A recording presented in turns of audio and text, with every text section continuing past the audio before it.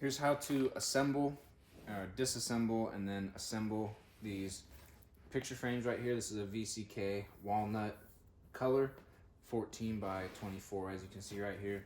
They make it super easy with this locking system on the back right here.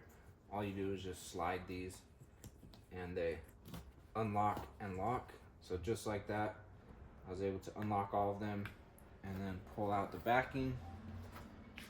And then here's the image that it comes with. And then it also comes with this plastic shield right here, which has more protective sheet on both sides of it. So you just want to make sure and remove that from both sides. Try not to touch it too much with your fingers and stuff like that, just so there's not any smudges that you have to clean afterwards. But really nice how they keep it nice and protected so it comes in really nice condition. And then you'll just throw your image in there, reapply the backing, and then just lock it all into place again. Again, I love how easy it is to just slide these and lock these into place.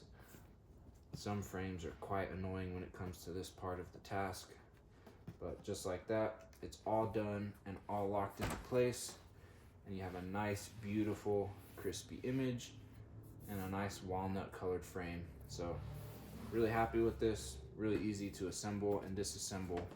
2 thumbs up.